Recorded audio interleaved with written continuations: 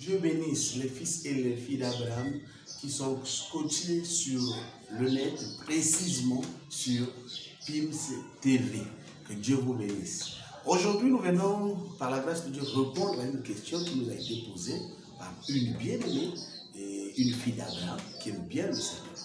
Qu'est-ce qu'elle veut savoir? L'homme de Dieu, la fête 8 mars, est-ce qu'elle a sa place dans la Bible ou pas? Nous bénissons le Seigneur parce que nous sommes dans le plein évangile. Je me suis dit, écoute, au lieu que la question soit répondue qu'à huis clos, je vois aussi beaucoup de prédicateurs, certainement demain, qui vont faire un boucan dans le monde entier au sujet du ministère de la femme. C'est là où nous nous sommes dit, on va quand même retracer les choses. Nous devons savoir que l'Écriture nous dit, ce qui est à Dieu est à Dieu, et ce qui est au monde est aussi au monde. Bien que le Seigneur dit que ce qui est à Dieu est à Dieu, ce qui est à César est à César. Nous disons par la grâce de Dieu que la fête que les hommes appellent la fête 8 mars, en réalité c'est une journée internationale. Pourquoi elle est internationale? Il y a eu des femmes hier qui ont milité, ce sont des héroïnes, ce sont des femmes qui ont milité pour le droit de la femme. Ils ont remarqué que la femme était méprisée, elle ne pouvait pas travailler, elle n'avait pas les mêmes postes que les hommes, elle n'avait pas les mêmes droits que les hommes. C'est là où les femmes ont milité et finalement, la date du 8 mars a été, par la grâce de Dieu, une date où on a reconnu les droits de la femme. Donc, elle sort le cadre des petits-enfants qui n'ont pas le droit de voter, elle rentre dans le cadre des hommes qui ont le droit de voter, ils ont le droit de devenir présidente de la République, elles ont le droit, par la grâce de Dieu, de devenir DG et tout ce que l'homme fait, la femme est censée faire. Donc c'est une journée où les femmes bondissent au très haut les tondards de leur égalité avec l'homme. C'est ce que les États-Unis et la majorité des pays où il y a la démocratie, ils ont adopté cette loi. Voilà, pour cette raison, dans beaucoup de pays, on a des ministres femmes, on a des présidentes et autres. Mais entre-temps, ça c'est une journée internationale. Et dans d'autres pays, il y a des femmes qui débordent aujourd'hui, qui ne restent pas dans le cadre de réclamer ce qui est à eux comme droit. Elles vont dans la prostitution, elles vont dans l'alcoolisme, elles vont dans casser des foyers. Il y a ceux qui vont même plus loin. Mais par la grâce de Dieu, ça c'est dans le cadre du monde.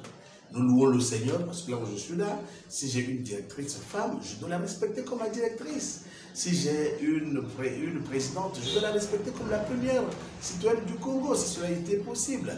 Et si j'ai une dame qui occupe un poste de responsabilité, écoute, là-bas, on respecte le savoir sur le cerveau, les compétences d'une femme, elle a le droit de jouer tel rôle. Aujourd'hui, des femmes pilotes, il y a des femmes qui vont dans l'espace, il y a beaucoup de femmes qui font presque tout ce que les hommes font. Il y a des femmes qui font le catch, il y a des femmes qui font ceci, ainsi de suite, le football et autres. Donc il n'y a plus quelque chose où c'est un tabou où une femme ne peut le faire. Je loue le Seigneur pour ça. Mais non, malheureusement, cette journée internationale est différente avec la fête des mères. La fête des mères, c'est autre chose. Là, c'est pour toute femme qui a mis au monde, qui est censée recevoir les hommages ou l'honneur dit d'une mère, comme aux États-Unis. Et il y a une journée où ils ont arrêté la journée des pères, et ainsi de suite. Mais pour l'heure, nous sommes en train de vouloir parler sur le 8 mars, la fête des femmes. Elle est la fête des femmes parce que c'est une journée où les femmes occupent ils occupent une fête mondiale. Elle est devenue une fête mondiale. C'est une journée où les femmes, on a reconnu ses droits. Donc elle a le droit de fêter par rapport à ce qui s'est passé. C'est bien. Maintenant, c'est quand la femme déborde qu'il faut, par la grâce de Dieu, la transmettre que tu as mal compris ta journée. C'est une journée où il faudrait, par la grâce de Dieu, louer le Seigneur parce qu'on vous a donné le droit de voter, on vous a donné le droit d'occuper les mêmes postes que les hommes, et ainsi de suite. Mais cela ne te donne pas le droit d'écraser ton mari à la maison. Ne te donne pas le droit de ne plus respecter ton grand frère, tous ceux dont le Seigneur a mis à tes côtés qui sont hommes. Ce qui est vrai, hier, par le passé, l'homme était tellement barbare, il traitait une femme comme un chou-fort, il traitait la femme comme une sous-classe, et ce n'était pas normal, c'était normal qu'on puisse regarder ce problème. Maintenant, par rapport à ça, est-ce que nous pouvons faire le copier-coller pour emmener ça dans la foi? Non, non, non. Ce qui est à Dieu est à Dieu. Et ce qui est aux hommes est aux hommes. Nous disons par la grâce de Dieu que selon la saine doctrine, la parole de Dieu n'est pas une parole humaine. Les affaires divines, ce n'est pas les affaires d'hommes. Ce n'est pas les affaires d'hommes, mais c'est une affaire qui concerne Elohim lui-même. D'ailleurs, à l'époque de Moïse, il a dit à Moïse que bâtit le tabernacle selon le modèle dont je t'ai montré. Ah, nous comprenons par la grâce de Dieu, selon Dieu, l'homme, par la grâce de Dieu, devait bâtir le tabernacle selon le modèle que Dieu a montré à Moïse. Et si Moïse, grand prophète qu'il était, ses paroles à la mer Rouge, Dieu est tellement exigeant pour dire, ne fais pas les choses comme tu le veux, mais fais la chose comme je le veux moi. Maintenant, nous, prédicateurs du temps de la fin, et quelquefois, quand on regarde notre CV, ne pèse pas comme celui de Moïse. Il a été exigeant avec Moïse. Est-ce que ça sera avec nous que Dieu sera dans le désordre, il encourage les hommes dans le désordre? D'ailleurs, l'apôtre Paul nous dit que Dieu n'est pas un Dieu de désordre, mais c'est un Dieu d'ordre. Et étant donné que c'est un Dieu d'ordre, nous devons savoir que la foi a ses normes. La foi a ses normes. Paul l'a dit. Il dit, un athlète, pour qu'il soit couronné, il faut qu'il court tout en respectant les règles de l'art.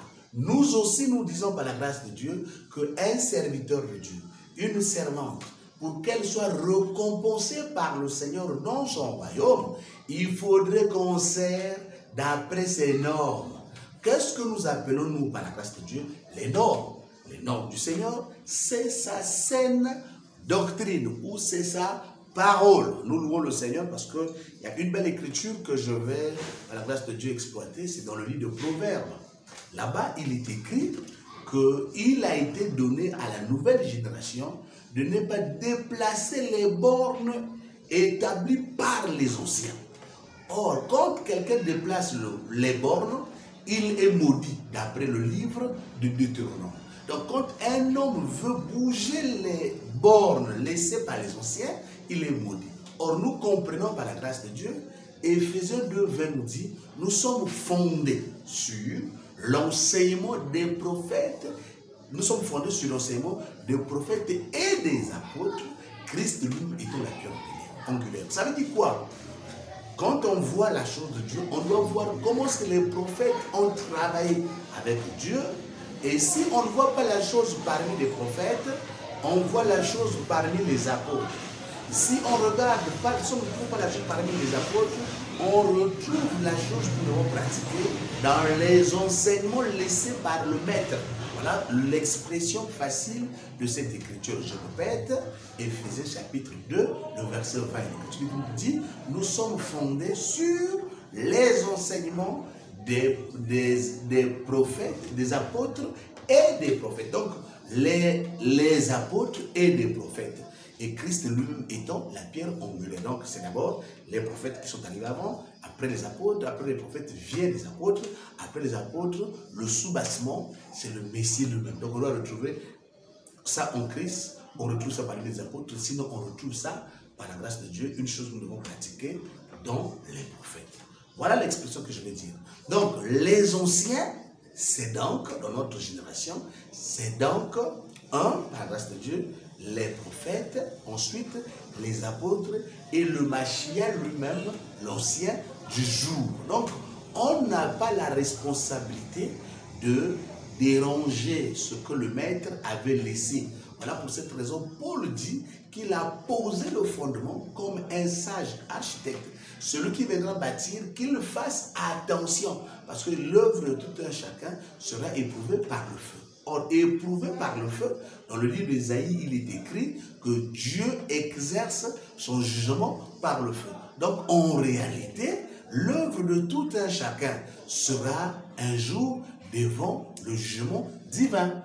Nous disons par la grâce de Dieu que dit la Bible au sujet de l'homme et la femme? L'Écriture nous dit ceci: l'homme a été créé à l'image de Dieu. Et par contre, la femme a été créée à l'image de l'homme. Et par contre, l'Écriture va plus loin, il dit: Dieu est le chef de Christ, Christ est le chef de l'Église. Et plus loin, il dit: Christ est aussi le chef de l'homme. Selon Dieu, il est écrit que l'homme est le chef de la femme. Bien-aimé dans le Seigneur, tu es une servante du Seigneur. La société où tu travailles te demande de porter une tenue en tant qu'une femme qui va soulever très haut le droit des femmes. Mais c'est normal que tu la portes, ta tenue. Participe à la fête avec les autres. Mais toutefois, nous, enfants de Dieu, on peut participer à la fête avec les autres, mais nous ne devons pas déborder. Parce que, par la grâce de Dieu, il est écrit que vous verrez la différence entre ceux qui me servent et ceux qui ne me servent point. Il est aussi dit dans la Bible que vous êtes la lumière du monde. Donc, pendant que d'autres femmes, en ce jour, elles vont se mettre nues, à moitié nues, exposant leur derrière, et exhibant leur corps, mais nous, servantes du Seigneur, nous partons dans ces lieux pour participer à la réunion des femmes, écoutons les conseils des femmes qui sont à la tête, qui nous transmettent, qui retracent ce qui s'était passé. Mais une chose est vraie, ça ne nous donne pas le droit de salir notre foi. Non, une fille d'Abraham, elle est faite pour éclairer le monde. Je suis jeune, je suis maman, je suis la lumière du monde dans le domaine où je travaille. Et quand tu arrives à la maison, je ne peux pas dire que à la maison, comme c'est la fête des femmes, je vais maintenant mettre mes pieds sur la petite tablette. Le monsieur doit maintenant, c'est par la grâce de Dieu, m'arranger les ongles. Et de l'autre côté, c'est le monsieur qui va se transformer, je ne sais pas en quoi. Non, là c'est Dieu mal compris. Parce que l'Écriture nous dit que l'homme est le chef de la femme. Étant donné que c'est le chef, c'est lui-même, il est animé d'un sentiment pour m'aider, pour me faire m'assister dans les tâches ménagères, gloire au Seigneur. Mais sinon, c'est pas que je vais arriver à la maison, je vais dire qu'aujourd'hui je ne prépare pas, aujourd'hui je ne nettoie pas les assiettes, aujourd'hui je ne fais pas mes tâches ménagères, c'est pas juste. Or, pour nous, la Bible nous enseigne des fils et des filles d'Abraham, et si la Bible appelle les hommes fils d'Abraham, les femmes sont appelées dans la Bible les filles de Sarah. Or, s'il y a des filles de Sarah, elles doivent se comporter comme leur mère Sarah. Or, qu'est-ce que Sarah a fait? Sarah a appelé Abraham mon Seigneur. Ah, mon Seigneur veut dire que mon maître. Ça veut dire que si c'est un Seigneur, or, à tout Seigneur, tout honneur. Donc, si c'est un Seigneur, il mérite l'honneur, ma bien-aimée. Il mérite que je puisse lui donner ce qui lui revient de droit. Donc, cette fête-là a sa place dans le monde, pas dans la foi. Que Dieu nous bénisse.